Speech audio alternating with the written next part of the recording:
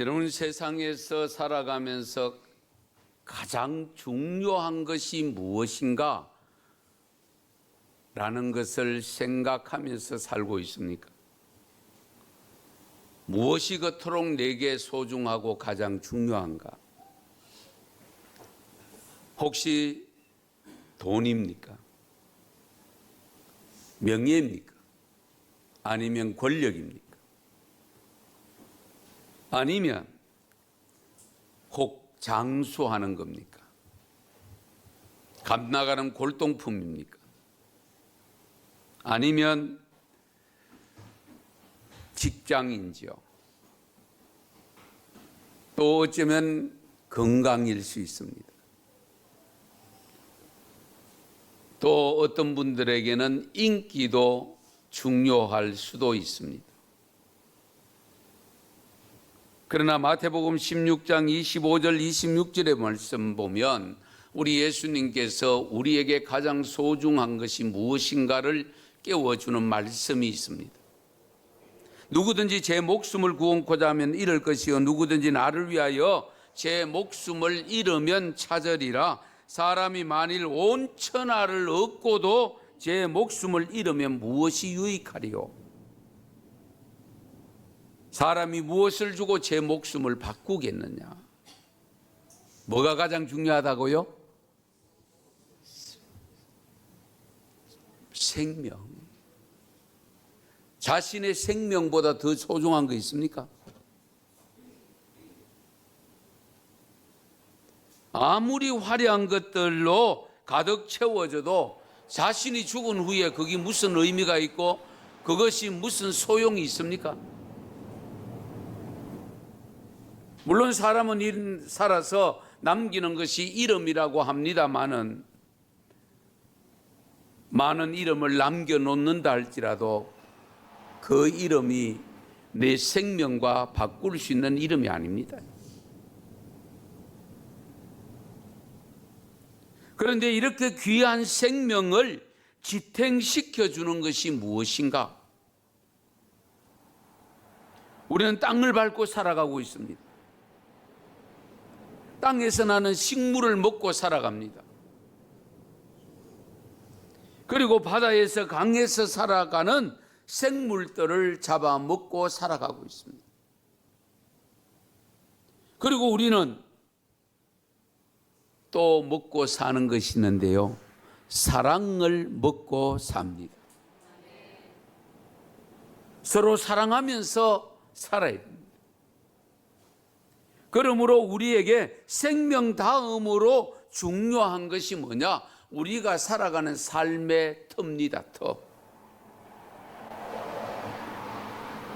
여러분, 우리는 이웃 나라에 지진이 발생했을 때 야, 참 무섭다, 피해가 크다, 온갖 생각을 가졌는데 우리나라도 경주에서 발생하고 포항에서 발생하면서 지진이 남의 나라 이야기가 아니고 바로 우리의 현실의 문제로 다가와서 많은 피해를 입는 경우를 보았습니다.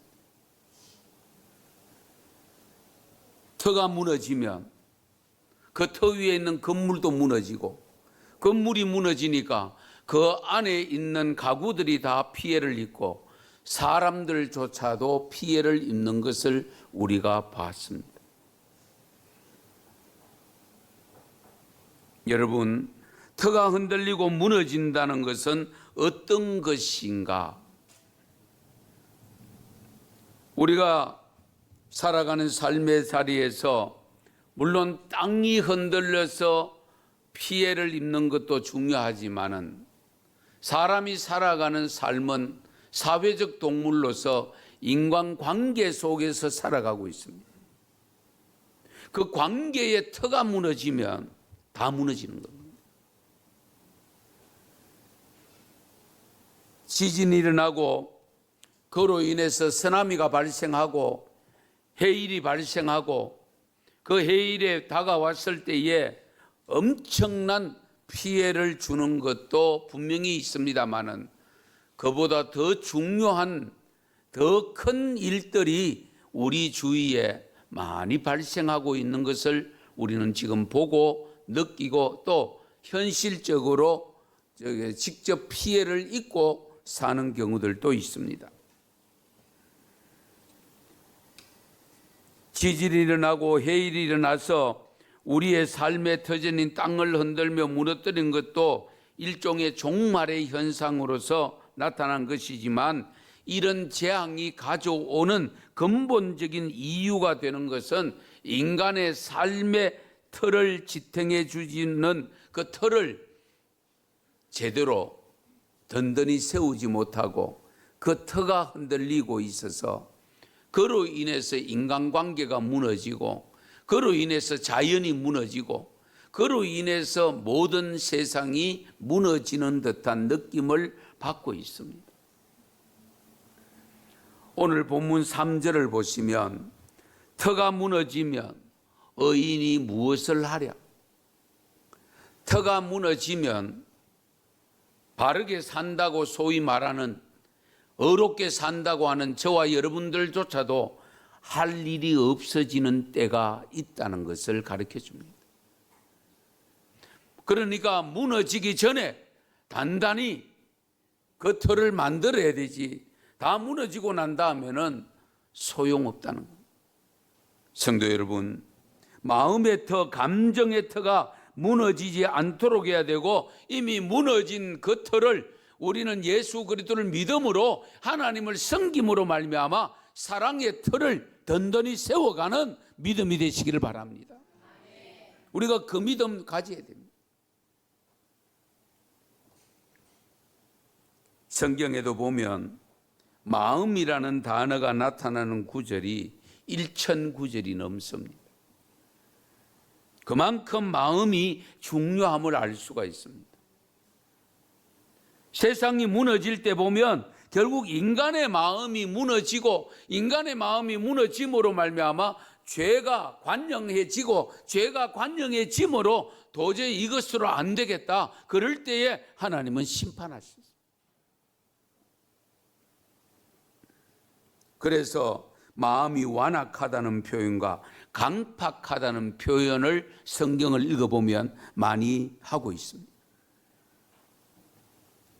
인간의 마음이 완악하고 강팍하고 결국 그 마음이 무너져서 세상을 어지럽게 만들고, 그로 인해서 세상은 망하게 된다는 사실. 잠언 16장 32절에 보면 자기의 마음을 다스리는 자는 성을 빼앗는 자들보다 낫다라고 했지 않습니까? 그만큼 마음을 다스린다는 것이, 통제한다는 것이 쉽지 않다는 것을 가르쳐 줍니다. 디모데전서 1장 19절 말씀에도 보면 믿음과 착한 양심을 가지라. 믿음과 착한 양심. 그 착한 양심이 뭘까? 선한 양심이죠. 선한 양심이 뭘까? 사랑으로부터 나오는 겁니다. 그러니까 사랑의 마음을 회복하셔야 돼요.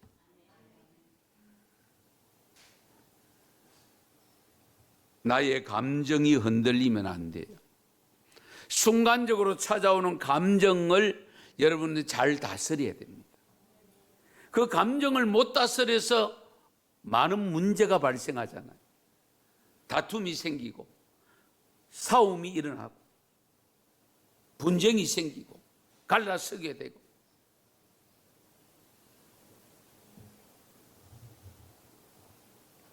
잠언 17장 22절에 보면 마음의 즐거움은 양약이라도 심령의 근심은 뼈를 마르게 하느니라.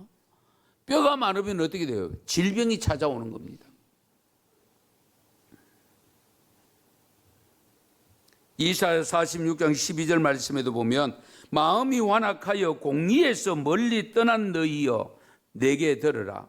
마음이 완악하여 공의에서 떠났다라고 했습니다. 오늘날 우리가 살아가는 세상이 사실 그렇지 않습니까? 공의로움을 찾아보기 어렵지 않습니까?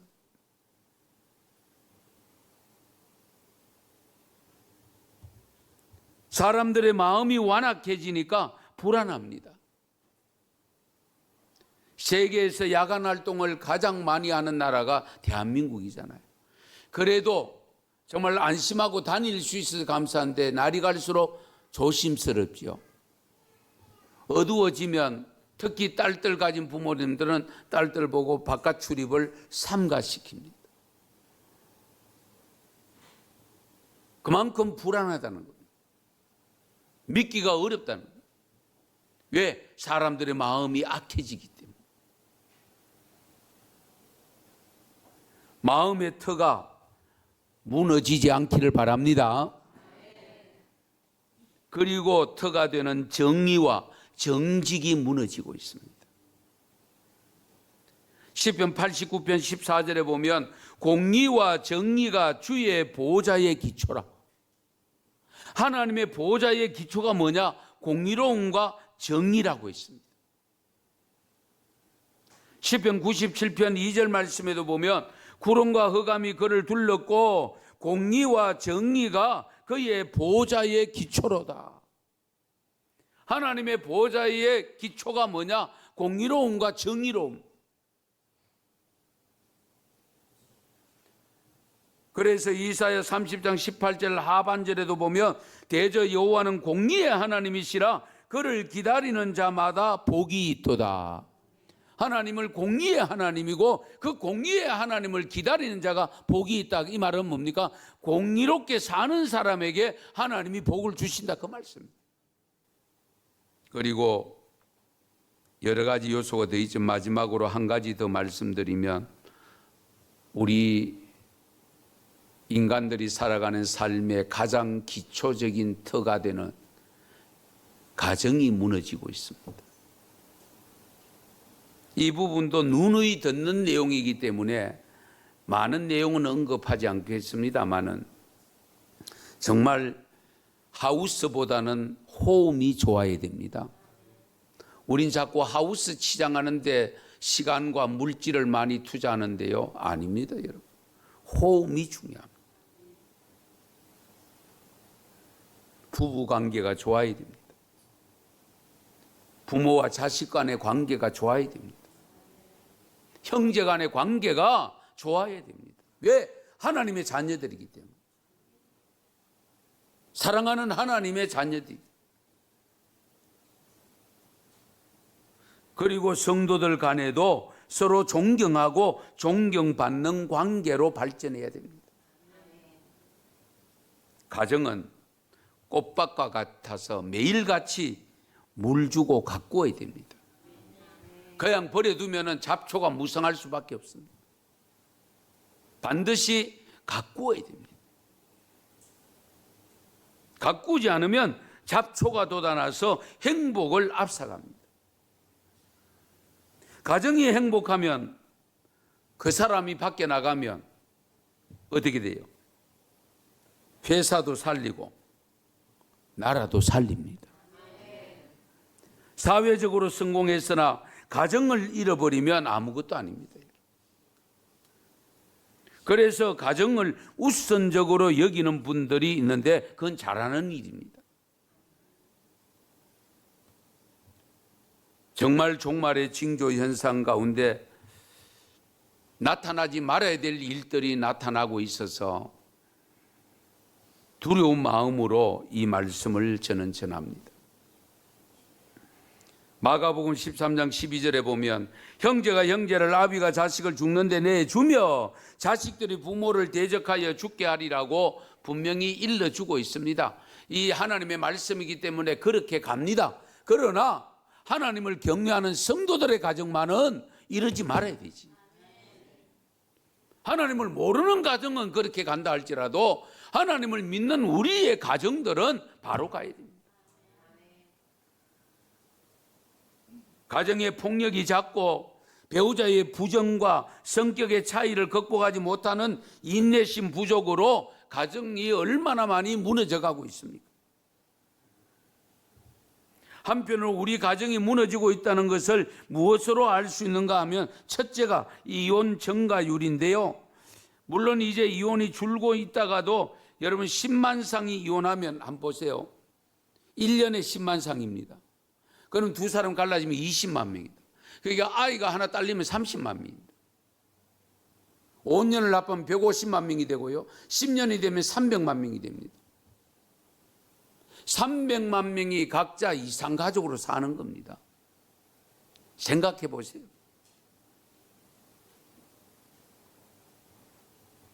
그런데 지난해 우리나라 이용 건수가 10만 8,700건입니다. 13만 건까지 갈 때가 있었습니다만은 좀 줄기는 했으나 그러나 지난 2년 전보다 또 2.5% 증가했대요.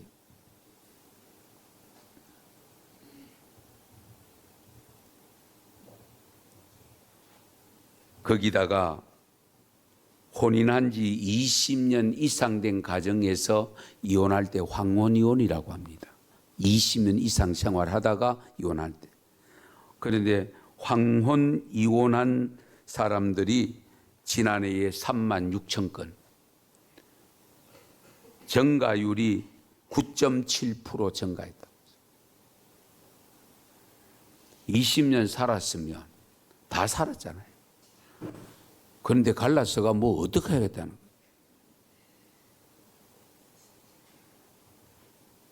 개인적으로 볼 때 당장의 피해를 입지 않으니까 대수롭게 여길지 모릅니다만은 그러나 심각합니다.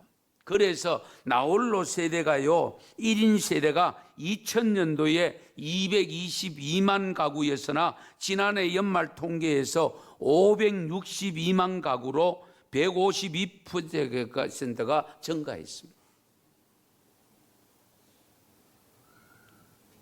이런 식으로 가면 앞으로 10년 후에 나홀로 가족이 얼마나 많을까 이해가 되시죠?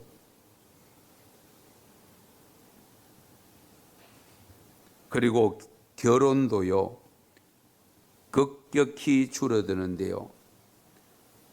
40년 전에 40만 상, 20년 전에 30만 상. 그런데 2016년도부터 20만 상대로 떨어졌는데 지난해 결혼한 가정 세대가 25만 6천 상입니다. 엄청나게 떨어졌죠. 그러니까 결혼한 인구가 줄어드니까 출산도 떨어질 수밖에 없는 거예요. 그래서 출생 아이의 경우 2015년도에 잘 들으세요. 2015년도에 43만 8천 명인데 지난해는 32만 6천 명으로 4년 만에 결국 3년 만이네요. 11만 2천 명이 줄어들었습니다. 출생하는 아이들이.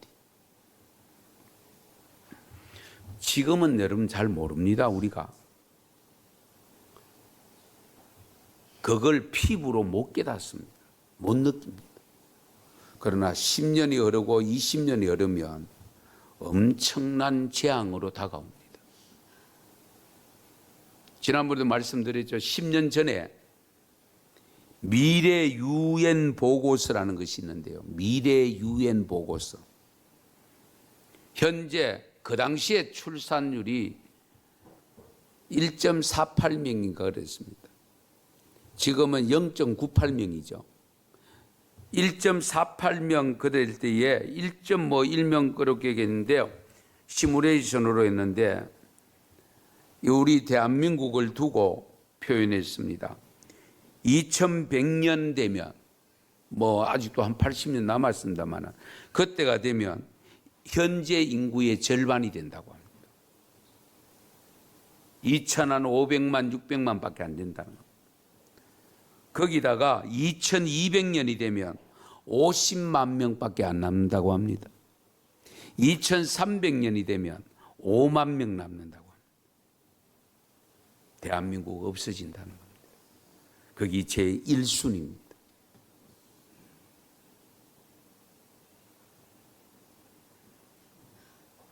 이 어찌 통탄할 일이 아니겠습니까?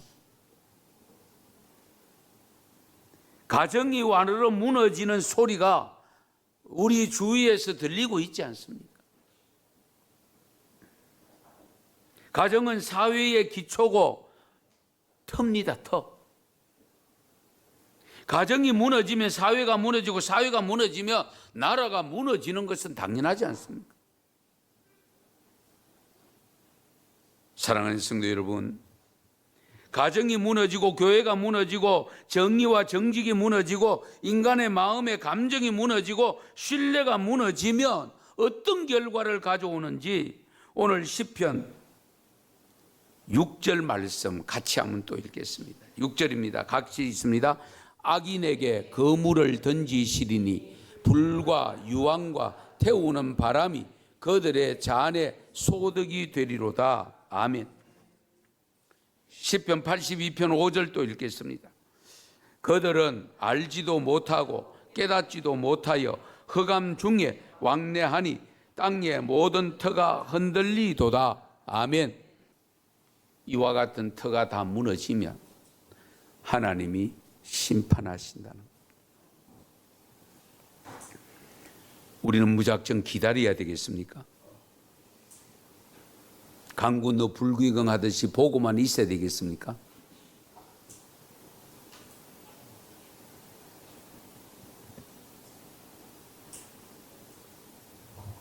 잣김에 우리나라에 번지고 있는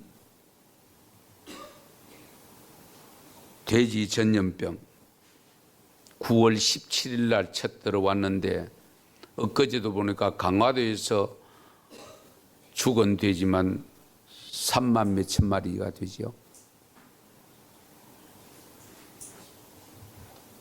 이런 현실들이 앞으로 계속 다가옵니다.